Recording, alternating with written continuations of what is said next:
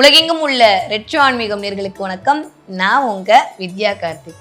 இந்த எபிசோட்ல என்ன பார்க்க போறோம்னா, சோஷியல் வழக்கம் போல பிறந்தாச்சு மே மாதம். இந்த மே மாதம் ஒவ்வொரு ராசிக்காரர்களுக்கும் என்ன மாதிரி எல்லாம் இருக்க போகுது, எப்படியெல்லாம் கிரகங்கள் இயக்க போகுது, கிட்டத்தட்ட 7 கிரக பயிற்சி, ஒன்னா ரெண்டா, இந்த 7 கிரக பயிற்சியும் உங்களுக்கு என்னவெல்லாம் மாற்றம் கொடுக்க போகுது அப்படின்றத பத்தி பார்க்க போறோம். வாங்க மே மாத ராசி பலன் பார்க்கலாம். கிட்டத்தட்ட இந்த தடவை உலகத்துல இருக்க எல்லா மக்களுக்குமே, எல்லா ராசிக்காரர்களுக்கும் 2 விதமான நிகழ்வுகள், 2 விதமான பலன்கள் நடக்க போகுது அப்படின்னு சொல்லலாம். மே 15 வரைக்கும் ஒரு விதமான பலனும், மே 15க்கு அப்புறம் இன்னொரு விதமான பலனும் நடக்க போகுது. என்ன அப்படின்னா, கிட்டத்தட்ட 15ஆம் தேதி சூரியன் டிரான்ஸ்ஃபர் ஆகிறது இருக்கிறது ஒரு பக்கம் இருக்கட்டும், அதை தாண்டி இந்த தடவை குருவுடைய பெயர்ச்சி, ராகு கேதுக்களுடைய பெயர்ச்சி, 10ஆவதுக்கு புதனோட பெயர்ச்சி, அதுக்கப்புறம் மாச கடைசியில சுக்கிரனோட பெயர்ச்சி, புதன் தடவை 2 தடவை வேற அப்படியே டிரான்சிட் ஆக போறாரு. அப்படிலாம் கூட்டி கழிச்சு பார்த்தோன்னா ஒரு 7 தடவை கிரகங்கள் இடத்தை மாற்றி அதன் மூலமாக இந்த மாதம் நம்மளே இயக்குவதற்கு தயாராக இருக்கிறார்கள். இப்போ எடுக்கும் போதே இந்த மே 1ஆம் தேதி எப்படி இருக்க போகுது அப்படின்னு சொல்லி பார்த்தோம் அப்படின்னா, கரெக்டா மீனத்திலிருந்து ஆரம்பிப்போமா. அஸ்யூஷுவல் நம்ம தலைவர் சனி அப்படின்றவர் அழகாக மீனராசிக்குள் என்ட்ரி ஆகி விட்டார். எப்போ? போன மாதமே ஆயிட்டார். அதனால பிரச்சனை இல்லை. ஸோ மீன ராசியில் சனி, ராகு, சுக்கிரன், புதன் இந்த 4 கிரகங்களும் இருக்கப்பட்டிருக்கு. இந்த பக்கம் மேஷத்தில் சூரியன் உச்சமாயிருக்கார். ரிஷபத்தில் பார்த்தீங்கன்னா சந்திரன் தன்னுடைய நகர்ச்சியை ஆரம்பிக்கிறாரு இந்த மாதம் ஆரம்பிக்கும் போது. ஸோ அந்த இடத்துல குரு இருக்காரு. குரு சந்திரன் சொல்லக்கூடிய அமைப்பில் இந்த மாதம் ஆரம்பிக்கிறது.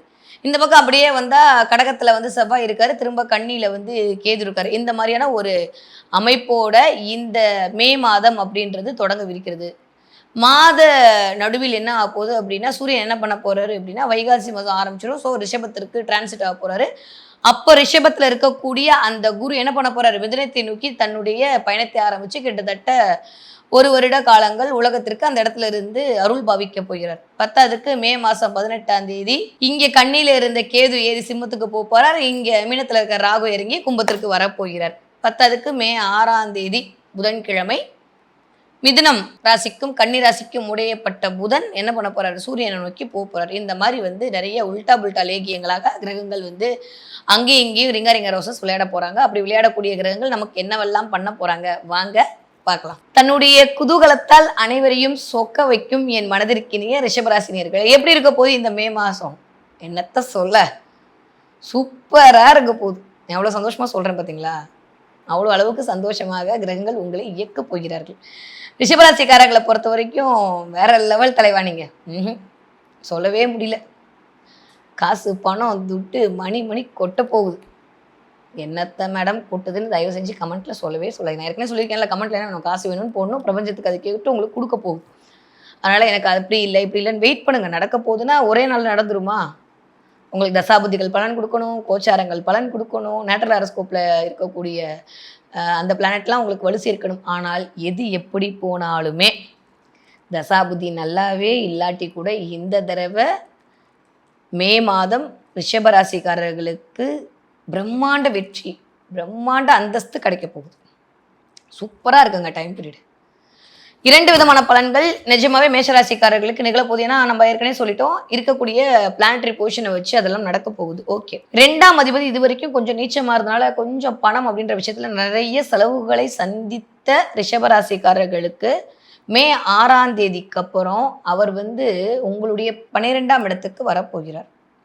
அப்போ 2ஆம் அதிபதி 11ல் இருந்துமே அவர் நீச்சமாக இருந்தார். ஆனால் இப்போ 2ஆம் அதிபதி 12ல் உட்கார போகிறாரே, அது எப்படி இருக்க போகுது அப்படின்னா, சுப விரயத்தை கொடுக்கக்கூடிய நேரமாக இருக்கிறது.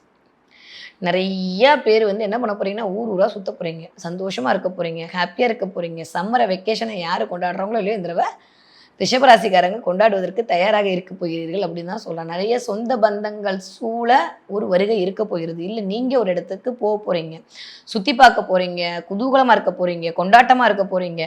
இது வரைக்கும் ஒரு மாதிரி இருந்த விஷயங்கள்லாம் மாறி உங்களுக்குள்ள ஒரு கான்ஃபிடென்ட் பவர் அப்படின்றது இன்க்ரீஸ் ஆக போகுது. நிறைய ரிஷபராசிக்காரர்களை பொறுத்த வரைக்கும் இந்த முதல் 15 நாட்கள் அப்படின்ற இடத்துல என்ன ஆக போகுது அப்படின்னா, குரு அங்கே தான் இருக்க போகிறார். அப்படியே அவர் மிருகசீஷம் 2ஆம் பாத்தை நோக்கி இருக்க குரு அந்த விளிம்பில் இருக்கும்போது கொஞ்சம் சுய கௌரவத்தில் இல்லை உங்களோட மீதான ஒரு பேச்சில் யாராவது உங்களை ஏதாவது சொல்லி வம்புழுக்கிறது இந்த மாதிரியான லீலைகள்லாம் நடக்கும். அப்போ அதை பற்றிலாம் கண்டுக்காதீங்க, காதுலேயே வாங்கிக்காதீங்க. யார் என்ன சொன்னால் என்ன, நம்ம வேலையே நம்மளுக்கு நிறையா இருக்குது, அவனுக்கு போய் பதில் சொல்கிறதா நம்மளோட வேலை அப்படின்ற மாதிரி பெரிய பெருந்தன்மையோடு போய்விட்டீர்களே ஆனால் தேவையற்ற வம்பு வழக்கிலிருந்து வெளியில் வந்துடலாம். ஏன்னா 6ஆம் வீட்டு அதிபதி, ஓகேவா, அவர் உச்சமடைதல் அப்படின்றது கொஞ்சம் ஹெல்த் வைஸாகவும் சரி, வம்பு வழக்கு வைஸாகவும் சரி, கொஞ்சம் ப்ராப்ளத்தை க்ரியேட் பண்ணுவார். ஆனால் ஆஃப்டர் 15 தேதிக்கு அப்புறம் சூப்பராக இருக்குது டைம் பீரியட்.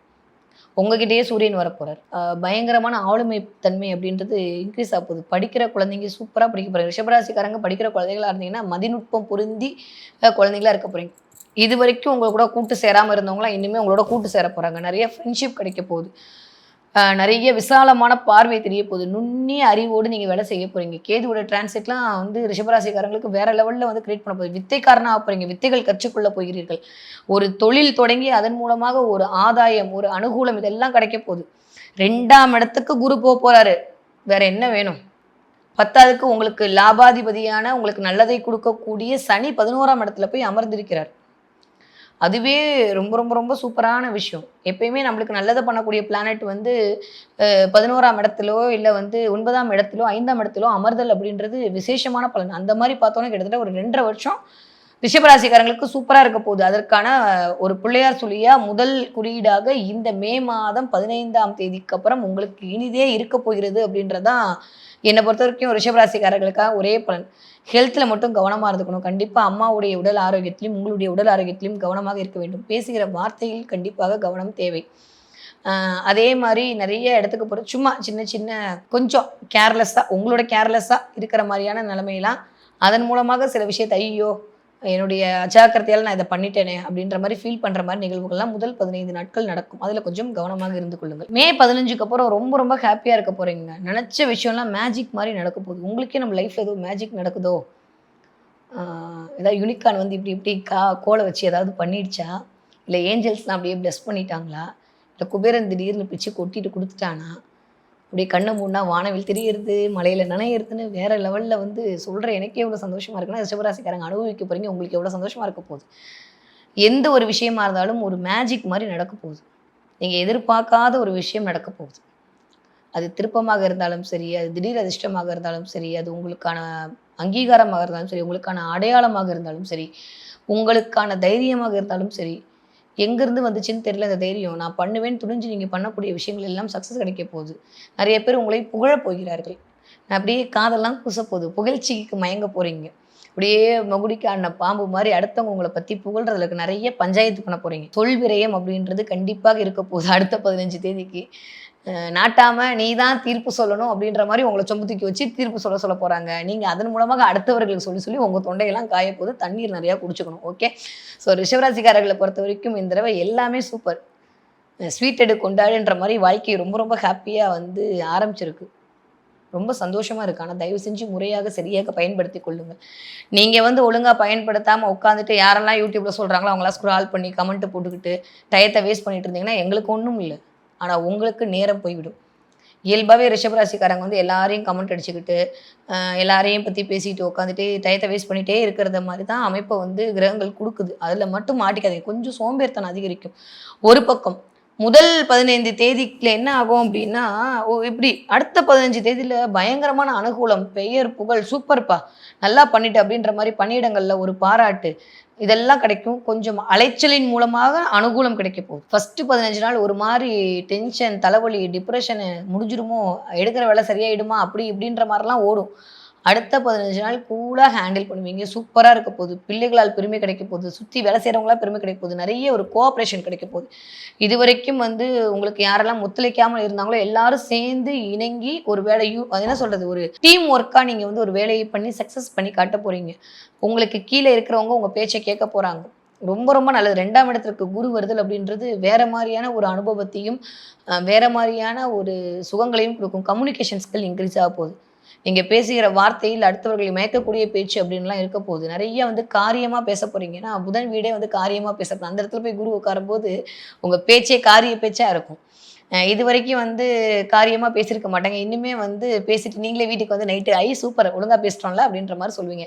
ஏன்னா வார்த்தையில் மாயம் செய்யக்கூடிய காலமெல்லாம் வரப்போகிறது. நிறைய பேசி யாரெல்லாம் வந்து மார்க்கெட்டிங் ஃபீல்டில் இருக்கீங்களோ, யாரெல்லாம் வந்து ரியல் எஸ்டேட் பண்ணிட்டு இருக்கீங்களோ, யாரெல்லாம் ஃபுட் இண்டஸ்ட்ரியில் இருக்கீங்களோ, யாரெல்லாம் ஆர்கிடெக்ட் பண்ணிட்டு இருக்கீங்களோ, யாரெல்லாம் கம்யூனிகேஷன் ஃபீல்டில் இருக்கீங்களோ, யாரெல்லாம் வந்து டேட்டா என்ட்ரியில் இருக்கீங்களோ, யாரெல்லாம் வாத்தியார் தொழில் செய்கிறீர்களோ, யாரெல்லாம் வக்கீல் தொழில் செய்கிறீர்களோ, வாயால் பிழைக்கக்கூடிய தொழில் செய்யக்கூடிய அத்துணை ரிஷபராசிக்காரர்களுக்கும் மிகச்சிறந்த முன்னேற்றமான காலகட்டம் அப்படின்றது இந்த மே மாதம் 100 விழுக்காடு இருக்கு. எதுல கவனம் நான் ஏற்கனவே சொன்ன மாதிரி கொஞ்சம் அலைச்சல் அதிகரிக்கக்கூடிய காலமா இருக்கு, கொஞ்சம் பொறுப்புகள் அதிகரிக்கக்கூடிய காலமா இருக்கு, கொஞ்சம் வேலைப்பளு அதிகரிக்கக்கூடிய காலமா இருக்கு. இந்த 3 விஷயத்துல கொஞ்சம் பாடி டயர்ட் ஆகக்கூடிய காலமா இருக்கு. விரயங்கள் வரப்போகுது. எதால வரப்போகுது அப்படின்னா கொஞ்சம் பஞ்சாயத்து பண்றதுல விரயங்கள் வரப்போகுது. கொஞ்சம் எனர்ஜி வந்து சேவ் பண்ணிக்கணும். அதனால அடிக்கடி என்ன பண்றீங்க, கொஞ்சம் குளுக்கோன் எல்லாம் குடிச்சு வச்சுக்கோங்க. முடிஞ்சா எனக்கும் பார்சல் அனுப்புங்க. ஓகே, இதெல்லாம் தேவைப்படக்கூடிய காலகட்டமாக தான் ரிஷபராசிக்காரர்களுக்கு இருக்கு. மற்றபடி சந்தோஷம், மகிழ்ச்சி, ஆனந்தம், நிம்மதி, சாட்டிஸ்ஃபேக்ஷன், அந்த மாதிரி என்னென்ன வார்த்தைகள்லாம் வந்து எல்லா மொழியிலும் இருக்கோ அந்த எல்லா மொழி வார்த்தைகளும் போட்டுக்கொள்ளுங்கள் உங்களுடைய ஹாப்பினஸ்க்கு. அதெல்லாம் கிடைக்க போகுது. நிம்மதியாக சந்தோஷமாக உங்களுக்கான நேரத்தை வரவேற்பதற்கு தயாராக இருந்து கொள்ளுங்கள். முடியும்னா ஸ்ரீரங்கம் போய் ஒரு தடவை பெருமாளை பார்த்து விட்டு வாங்க. உங்கள் பக்கத்தில் இருக்கக்கூடிய பெருமாள் கோயிலில் போய் ஒரு தடவை நன்றி சொல்லிட்டு வாங்க. நிறையா ரிஷபராசிக்காரங்க இந்த தடவை பட்சிகள் பார்க்க போகிறீர்கள், நிறைய கிளி பார்க்க போகிறீங்க, பறவை பார்க்க போகிறீங்க, நிறைய வந்துட்டு இந்த லவ் பேர்ட் சத்தத்தை வந்து ஃபீல் பண்ண போகிறீங்க, கிளிகளுடைய சத்தத்தை கேட்க போகிறீர்கள். இல்லை அந்த மாதிரி இருக்கக்கூடிய ஒரு இடத்துக்கு போகிறீங்க. நிறையா வந்து ஊஞ்சலை உட்காந்து ஆட போகிறீங்க. சும்மா நீங்கள் போயிருப்பீங்க, ஒரு பார்க்கில் ஊஞ்சல் இருக்கும், அங்கே உட்காந்து ஆடிட்டு வருவீங்க, சந்தோஷமாக இருக்க போகிறீங்க, சின்ன குழந்தை மாதிரி வர போகிறீங்க, நிறைய மெமரிஸ் கைட் பண்ண போகிறீங்க.